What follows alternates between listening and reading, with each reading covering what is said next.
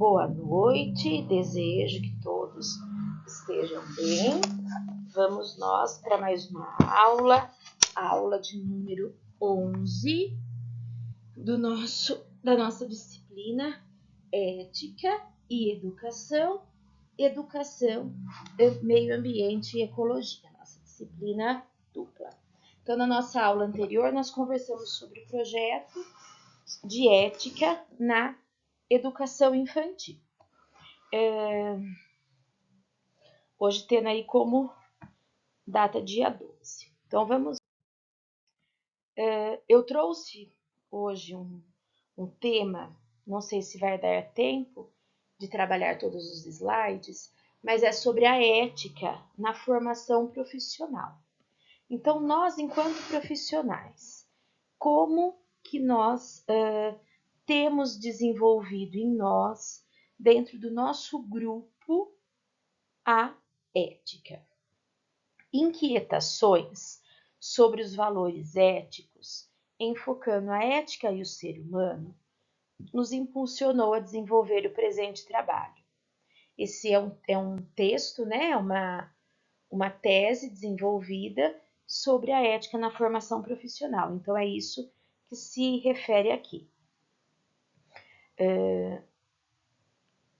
Para embasar nossas reflexões, buscamos a literatura pertinente sobre o assunto e destacamos nossos comentários em dois subtemas: implicações éticas na desigualdade social e desafios para resgatar a ética.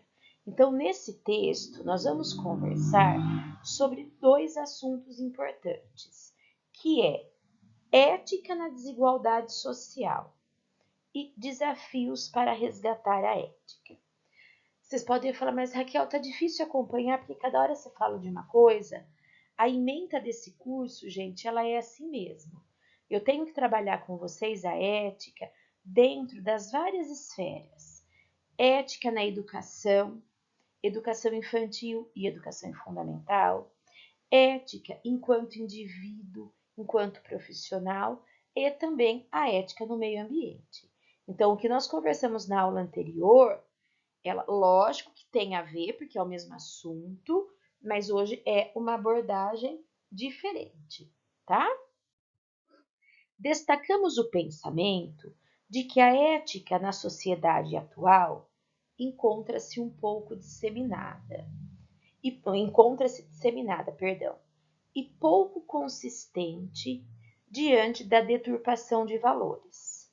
Portanto, cabe ao futuro profissional questionar e revisar suas ações constantemente, com o intuito de resgatar valores humanos voltados para o respeito e a solidariedade.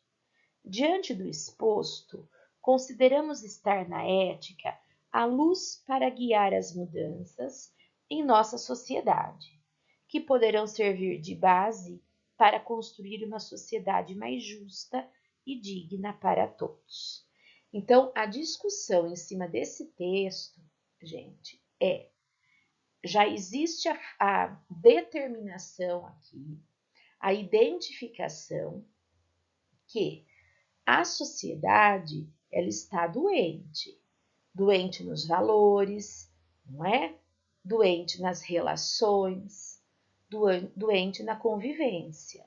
E essa doença social, os autores trazem como uma ética deturpada, onde o sentido mesmo de ética, que é viver bem consigo mesmo e com o outro de forma respeitosa, está um pouquinho deixado de lado.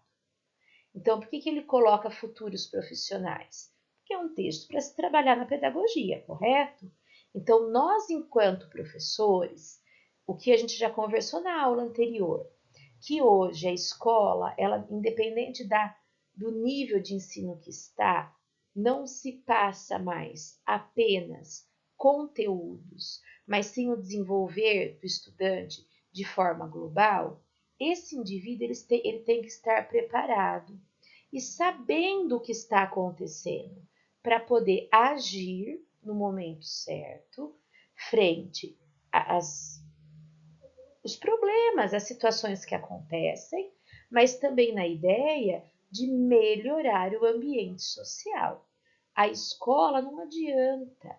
A escola ela tem um papel de muita responsabilidade frente à sociedade, né? E a nossa política, não estou falando de partido, estou falando de política, né? A nossa política, ela também está muito doente, onde a ideia de ética, de cidadania, de respeito, isso está totalmente de lado, né? Pelas próprias posições políticas.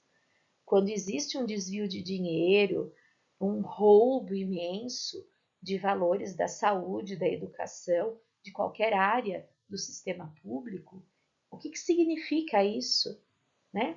Fora o ato de roubar. O ato de roubar é uma falta de ética, é uma moral individual que aquela pessoa tem de pensar apenas nela, sem ver as consequências que os outros terão. Então é isso que o texto propõe, que a gente reflita sobre tudo isso para que possamos o quê? Atuar de forma mais consciente, preparada e segura. Neste século, encontramos muitos desafios, entre os quais destacamos os aspectos éticos, trazendo mudanças de paradigmas que nos levam a repensar as ações em nosso cotidiano. Então, aqui o texto traz como um século de mudanças sociais. Com efeito, nossa reflexão diz respeito à tão destacada crise de valores éticos que tem estado presente no decorrer dos últimos anos e que poderá influenciar na formação profissional.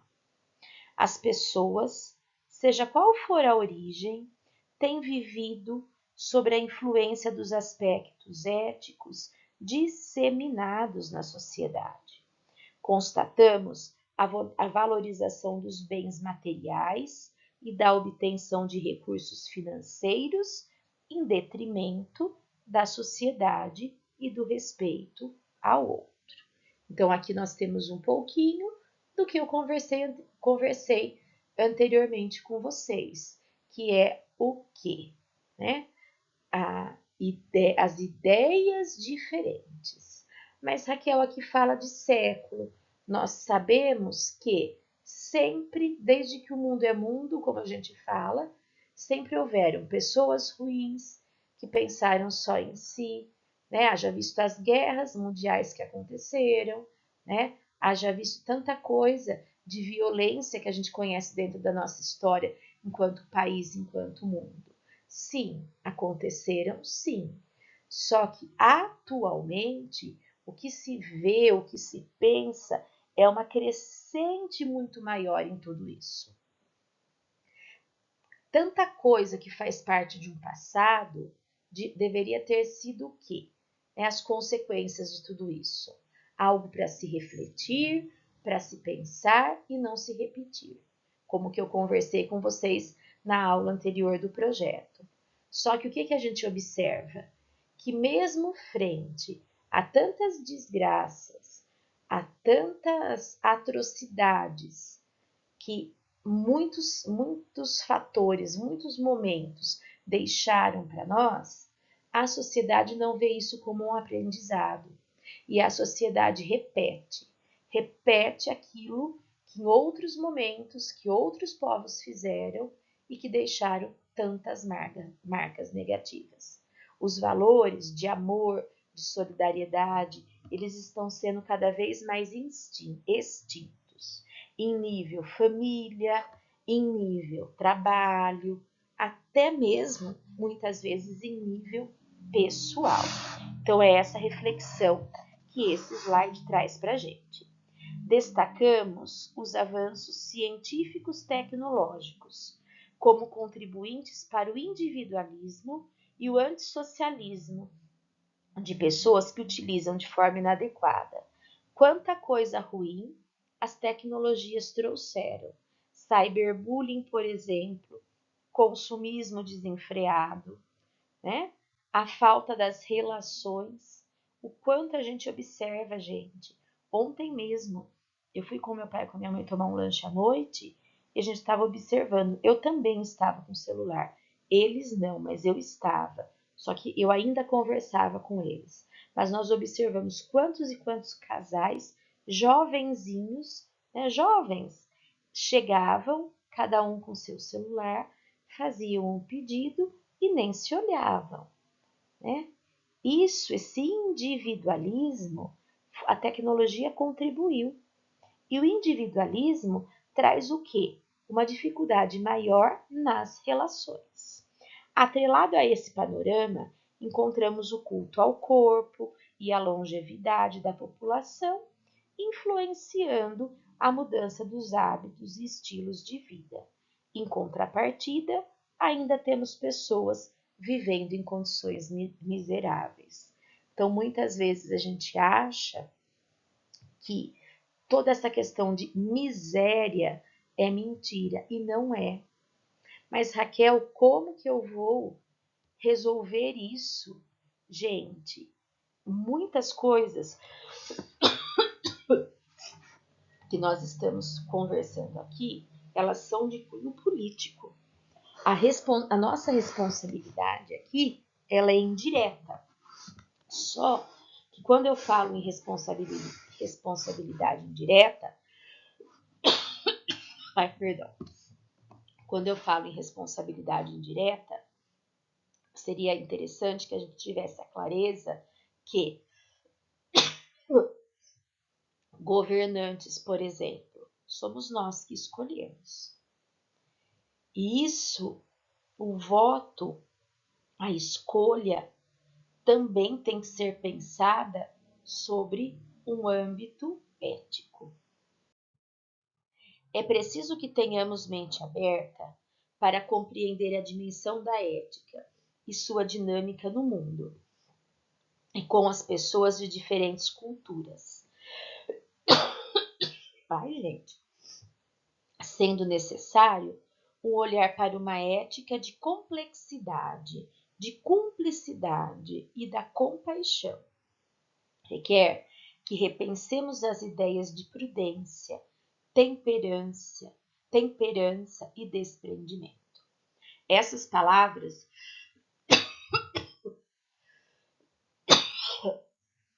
prudência, temperança e desprendimento, né? Quantas vezes o nosso temperamento ele ajuda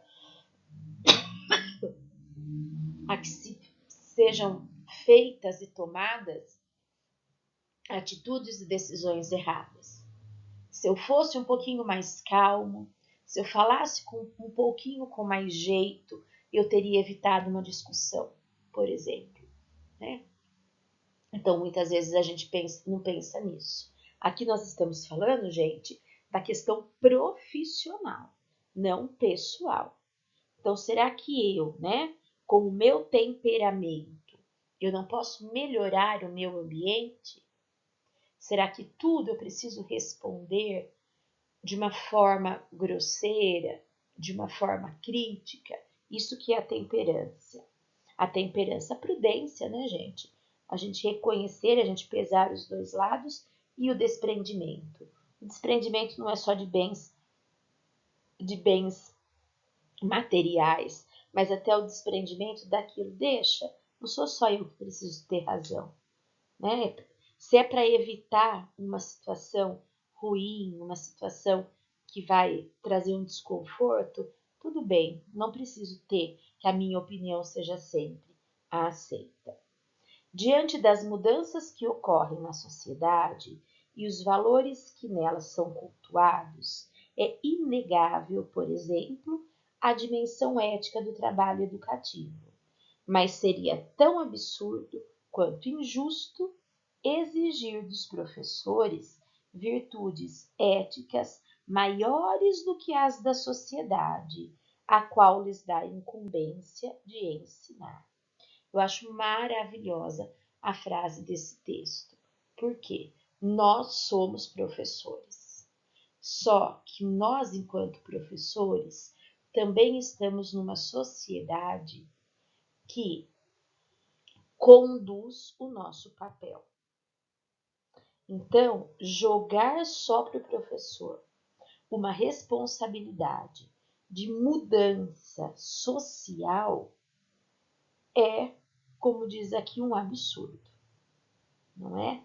Se eu tenho, por exemplo, no meu grupo, a criança, né, seja filho, seja neto, de um político, por exemplo, um político que o nome dele está saindo das mídias por um desvio de dinheiro.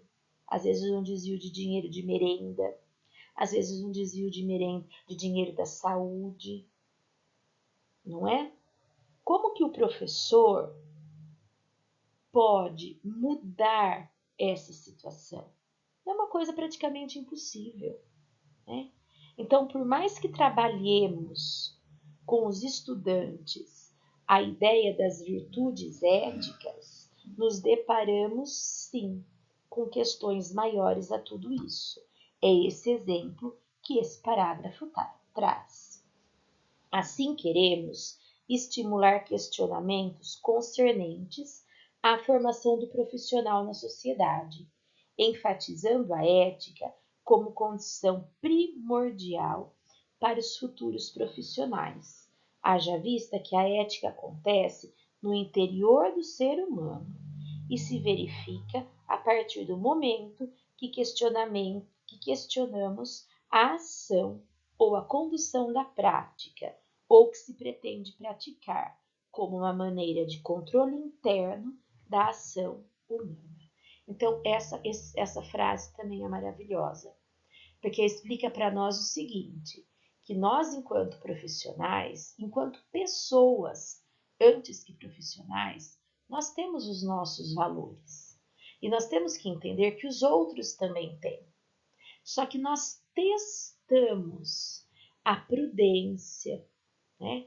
A solidariedade, a cidadania do outro a partir dos enfrentamentos que acontecem. E é nesses enfrentamentos, muitas vezes, que nós vamos ter o quê? Embates, problemas. O quanto é difícil, gente. Eu gosto de trazer esse exemplo na pedagogia, porque vocês não serão só professores, vocês podem ser diretor, coordenador, tudo mais, em ter que lidar com os conflitos entre os profissionais. Os conflitos entre os profissionais é mais difícil lidar do que os conflitos entre os estudantes. Por quê?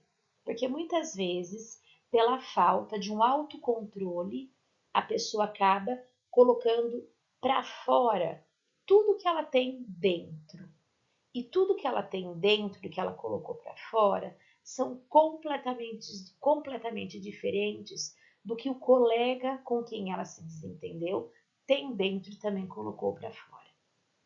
E daí a gente, como um líder daquele grupo de profissionais, a gente tem que mediar essa situação. Então, o que seria o correto frente a tudo isso? Que cada profissional soubesse ser o quê? Prudente, ético, né? Que ele fosse desprendido de querer que só os seus valores fossem aceitos, que o temperamento dele evitasse, né? Evitasse essas discussões. Então é disso também que o texto trabalha. No âmbito desse tema, nos deter-nos-emos a refletir sobre a responsabilidade individual e coletiva, enfocando questões sobre a ética e o ser humano na formação do profissional. Então, o que eu acabei de falar para vocês, né? O nosso individual e o nosso coletivo. Até que ponto eu tenho que exigir que o meu individual seja respeitado e aceito no coletivo? Até que ponto eu tenho que aceitar o individual do meu colega no coletivo do trabalho? Nesse sentido, objetivamos refletir sobre as questões éticas da atualidade e suas implicações na formação profissional, levando questionamentos acerca da desigualdade social e sobre a importância do cuidado humano para a promoção da ética e como trilha eficaz para os futuros profissionais, seja no ensino, no trabalho ou na sociedade em que vive. Com o intuito de melhor organizar nossas ideias, criamos dois subtemas, implicações éticas na desigualdade social e desafios para resgatar a ética. Ambos fazem parte do corpo desse trabalho. Então, aqui é explicado de novo os dois temas maiores que nós vamos trabalhar, né? O quanto seria importante, né, gente, o cuidado com o outro e com nós mesmos, a promoção da ética, né? Não importa se é só na escola, é isso que traz aqui. Né? Não é só para futuros profissionais, na ideia de professores, mas para futuros profissionais numa ideia geral. Não é só na escola que acontecem os problemas. Os problemas acontecem em qualquer lugar, né? E quando eu falo da gente entender também o outro, não é em detrimento da minha opinião não valer, mas é da ideia de eu ser o quê? Prudente, eu ser ético, eu usar da minha moralidade, eu entender também o papel do outro. Porque quem fala, gente, que nós somos iguais em todos os lugares é mentira. Na casa da gente, a gente não é igual ao nosso trabalho. No ambiente da faculdade, vocês não são iguais. No ambiente do trabalho de vocês e da família. E eu também não. Não é? Nós vivemos em sociedade. E em cada micro-sociedade, nós temos atitudes específicas. Só que essas atitudes específicas, esse coletivo, né, ele muitas vezes deixa um pouquinho de lado o que nós vemos como certo, ou seja, a respeito da nossa ética. Porque nos ambientes sociais, nos ambientes de convívio, nós temos que considerar também o outro. E é essa a dificuldade. Acho que todos vocês já ouviram. Meu Deus, como está difícil conviver. Eu prefiro os animais às pessoas. Acho que todo mundo já ouviu isso. Por quê? Porque nós vivemos num mundo onde cada um quer que só a sua vontade prevaleça. Em ambientes sociais, que só o que eu quero seja verdadeiro. Mas e o outro? O outro também tem o mesmo direito que eu de saber e de ter o que ele quer como verdadeiro. E para se conciliar isso, não é? Que há os problemas. Então, o objetivo desse texto é refletir conosco um pouquinho sobre isso. Aqui, gente, quem vai embasar praticamente todo o texto? Leonardo Boff e Edgar Morin. São duas pessoas, né? Dois autores que trabalham muito e maravilhosamente bem a ética, a reflexão da ética nos diferentes ambientes sociais. Tanto Leonardo Boff como Edgar Morin caem muito em concurso, porque essa temática, né, sobre ética, sobre relações, é um conteúdo que geralmente cai nos concursos públicos. Então guardem aí sempre o nome, Leonardo Boff e Edgar Morin. Bom, agora, implicações éticas da desigualdade social. Então, no começo foi feita uma reflexão e agora nós vamos deixar um pouquinho do texto para trabalhar sobre desigualdade social e a ética dentro desse ponto de vista. Atualmente falamos muito em crises. Padecemos sobre as crises na economia, crise energética, social, educacional, moral, ecológica e espiritual. Saiu um 4 aí a mais. Isso também vocês já ouviram muito, né? Nós vivemos num mundo de crise E essa crise, ela é em tudo, na economia, na sociedade, nos valores, na educação, na espiritualidade. Vivemos um mundo de crise. Em meio a essas crises, e essas crises aqui que os dois autores trazem, gente, eles falam desse século, tá? Há livros deles, inclusive, que traz, bem citando mesmo, que é desse século em que nós vivemos, a reflexão feita. Em parágrafos anteriores, a gente já viu um pouquinho sobre isso. Em meio a essas crises, destacamos a existência das empresas com seus empresários, permeando o sucesso como única meta a ser atingida. Onde a produtividade do passado procurou aliar qualidade à velocidade da produção para poderem competir no mercado internacional. A ansiedade habita esse contexto. Produz-se mais e melhor em pouco tempo, para vender mais, e assim se pode adquirir bens e auferir lucros a partir do trabalho do operário.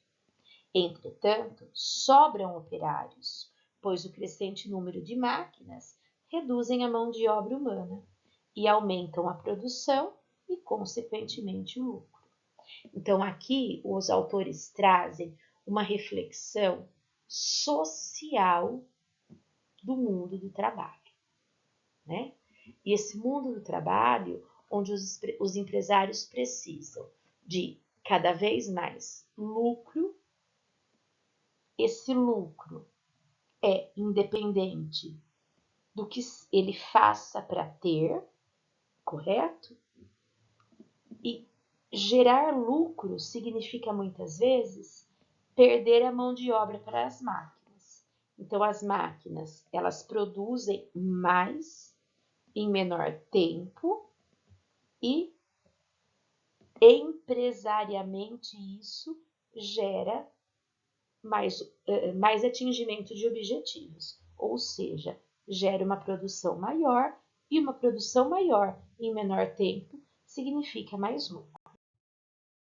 O empresário pensa em lucros e, ao mesmo tempo, em competir. Precisa estar à altura no mercado financeiro da comunidade econômica da qual participa, o que o leva a ostentar opulência e a sofrer o medo dos reveses dos tempos de crise. Então, as crises existem e, ao mesmo tempo dessas crises, existe a necessidade do empresário de lucrar mais e mais, independente do que ele faça para tudo isso, mesmo que seja substituir o ser humano pelas máquinas. Raquel, do que você está falando agora? Cadê a escola? Eu expliquei para vocês que a disciplina pede para a gente trabalhar em todas as esferas. Então, agora nós vamos fazer uma análise social das desigualdades éticas. Já as pessoas desfavorecidas economicamente, então a gente viu um lado da sociedade, as pessoas com muito dinheiro. Agora vamos ver o outro. Já as pessoas desfavorecidas economicamente encontram-se como as principais vítimas dessa sociedade de consumo, envolvidas na roda viva do ter que trabalhar mais e mais, incluindo tempo extraordinário para poder sobreviver e consumir os bens que a sociedade tecnicista oferece. E isso, com certeza, não é nada de surpresa para vocês. Nós temos que trabalhar cada vez mais e mais para podermos ter um pouquinho daquilo que essa sociedade consumista nos oferece.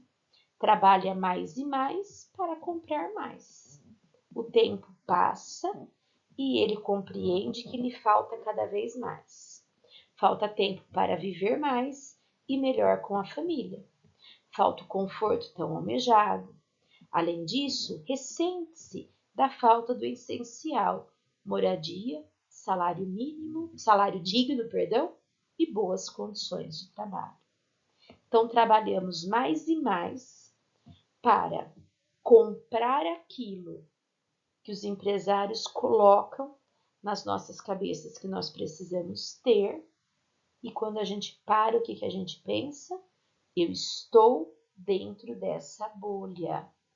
E o essencial ainda falta para mim, que é viver com minha família, é ter conforto, é viver em paz, é ter uma condição de vida melhor, é descansar um pouco, não é? Em meio à ostentação na vida de empresários e as privações de recursos na população desfavorecida economicamente, refletimos sobre a ética do sucesso, de tirar vantagem de tudo.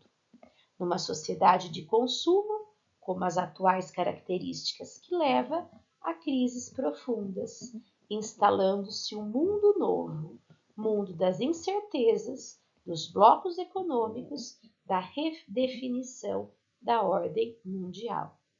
Então, dentro, né, dessa sociedade onde há grupos diferentes, mas que o grupo majoritariamente econômico, ele inclui no seu lucro,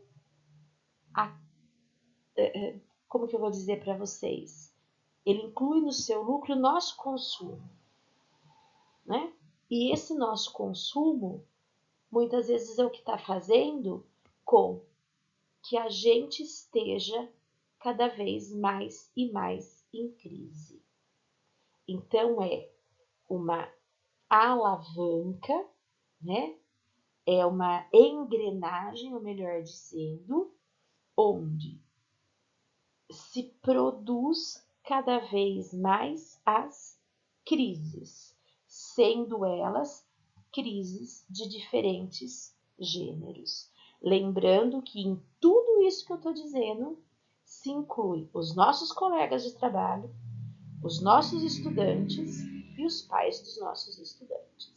Gente, o slide são 33 slides, tá? Eu parei no 10, já tem quase 33 minutos a aula, então eu vou parar aqui e nas próximas aulas a gente continua conversando sobre esse tema. Eu vou bem devagar, porque esse tema é bem interessante, eu pelo menos gosto, né? Por isso que eu dou aula disso, e traz para a gente uma reflexão bem intensa sobre a sociedade que a gente vive, mas também sobre nós mesmos, tá bom? Então, na próxima aula a gente continua. Obrigada pela atenção de vocês, espero que vocês estejam aí gostando da reflexão.